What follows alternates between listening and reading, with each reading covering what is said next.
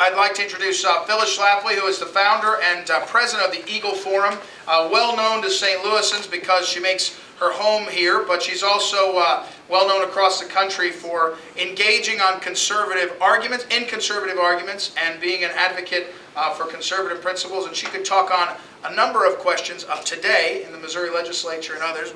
But we'll leave that to another time. Tonight, we're very grateful she's here. Phyllis Schlafly.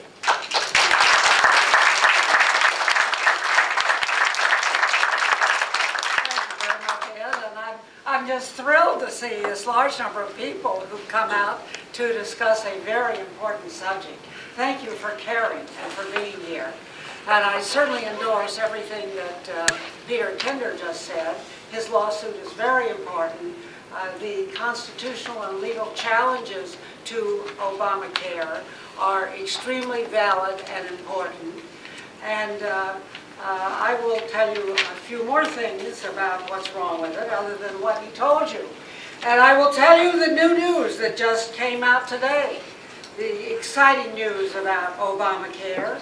The Internal Revenue Service has announced that it is hiring 1,054 agents at a cost of $359 million to monitor whether you buy this insurance that Peter Kinder has told you we think is unconstitutionally a requirement. But IRS is going to have 1,000 agents to check up on you and check up on your tax return and maybe pay a call at your house or apartment. Now, 81 of them are going into action immediately at a cost of $11 million in order to monitor the tanning salons. And they're going to start immediately with that because they have to charge an extra tax of 10% under Obamacare, and that starts immediately. So if you're a patron of the tanning salon, you can look for the IRS agent peering through the door to find out if they're collecting the tax and paying it over to the government.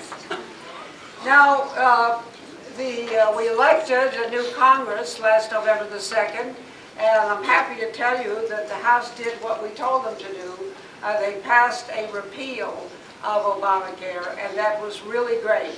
They passed it 245 to 189, and that is so important because Obama has said that he wants to fundamentally transform America, and that means he wants to take us into socialism. If you want to know chapter and verse on that, there's a new book out on Obama called Radical in Chief by Kurtz, and it shows how when he was at Columbia University, he went to a Socialist Party conference, and that was where he absolutely committed to socialism. And the main speaker was this Frances Fox Piven, whom Glenn Beck has been talking about. She's still around, and she was the speaker who sold Obama on socialism. So that's what he wants to do. He wants to fundamentally transform our society from private enterprise into socialism, and Obamacare is the centerpiece of that because it's an enormous part of our economy and affects almost everything we do. Now, according to public opinion polls, the American people were always against Obamacare and supportive of the repeal. And the attitude of Obama and Pelosi was, oh, well, once we pass it, then you can read it, and then you'll find out how really neat it is, and you're going to like it. Well, somehow it didn't work out that way, and people are just as much against it after it passed as they were before. 200 distinguished economists, mostly professors of economics, signed a letter predicting that an implementation of Obamacare will be a barrier to job growth, inflict us with a crushing debt burden, and is not real health care reform at all.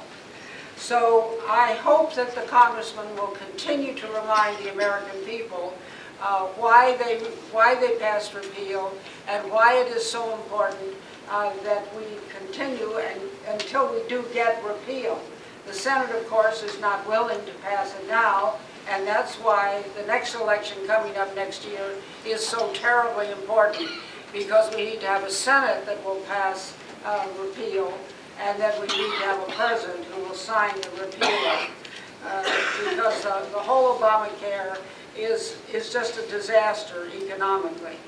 Now, when repeal is finally achieved, which I hope it will be, either through the election of a Congress that's willing to do it and a president who's willing to sign it, or with one of these lawsuits, like Lieutenant Governor Kinder talked about, it could go to the Supreme Court, and the Supreme Court could knock it out.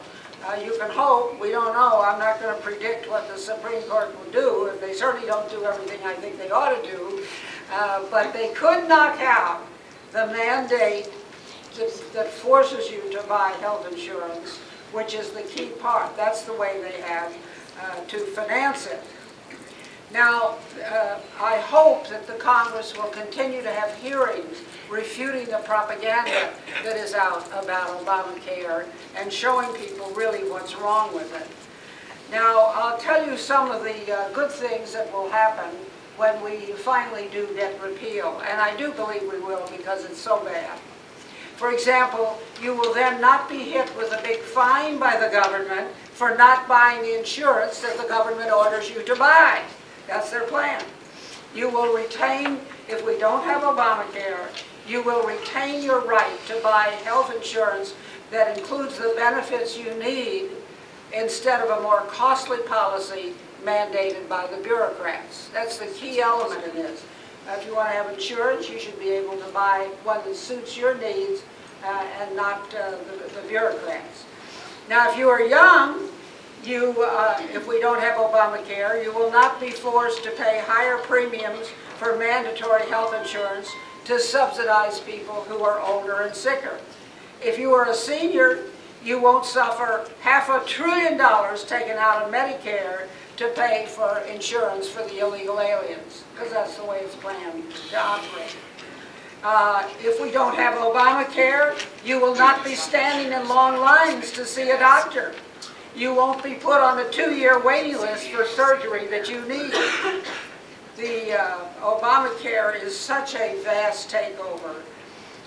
The Center for Health Transformation put out a chart which explains, sort of, this 2,700-page law now, which grants 1,968 powers to the Secretary of Health and Human Services, along with control over 18% of our entire economy. So that's 1,968 reasons to be against Obamacare. For example, the regulators will get to decide what clinical drugs seniors will be allowed to get. The regulators will instruct doctors whether or not to give a drug to patients in long-term care. The regulators will be empowered to use, and this is their new code word, comparative effectiveness research.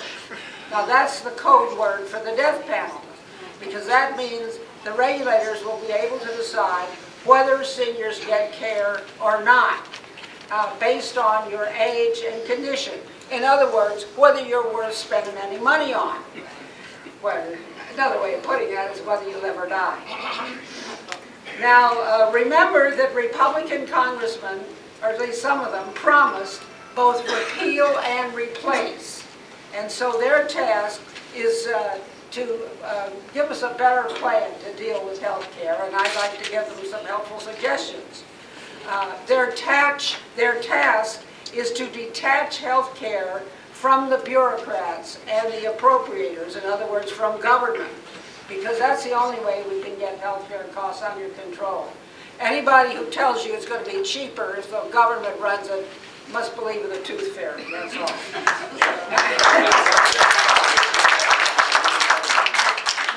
Now, we should also detach health care from the unfortunate link between jobs and health insurance that created our present system of third-party payers.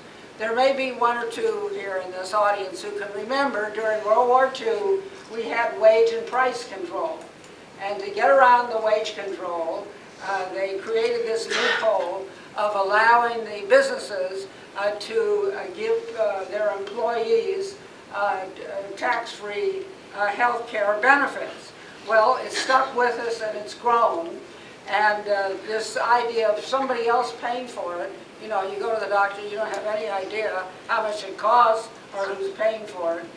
But it traps millions of Americans in a tough compromise between a job they may not like, but they don't dare quit because they're just tied into the health care, which they probably can't get from the new employer.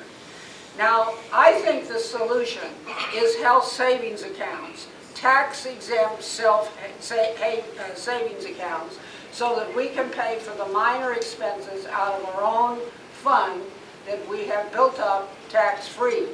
And then if we're still having employer-paid health insurance, they can pay for the catastrophic expenses with a higher deductible. Kind of like your car insurance. Your car insurance does not pay for your oil change and some of your minor expenses. And it's much better if people make their own decision about what they want to buy and know what they're paying. And again, I think the House should hold hearings all the time to refute the lies that are being put out about Obamacare, and such as claiming that the government health care in other countries is better. If it's better, why are so many foreigners coming to the United States to get their health care? It's because they know they have a better provider. And here are a few statistics that were released by the United Nations, so they must be accurate. That's the joke of the evening.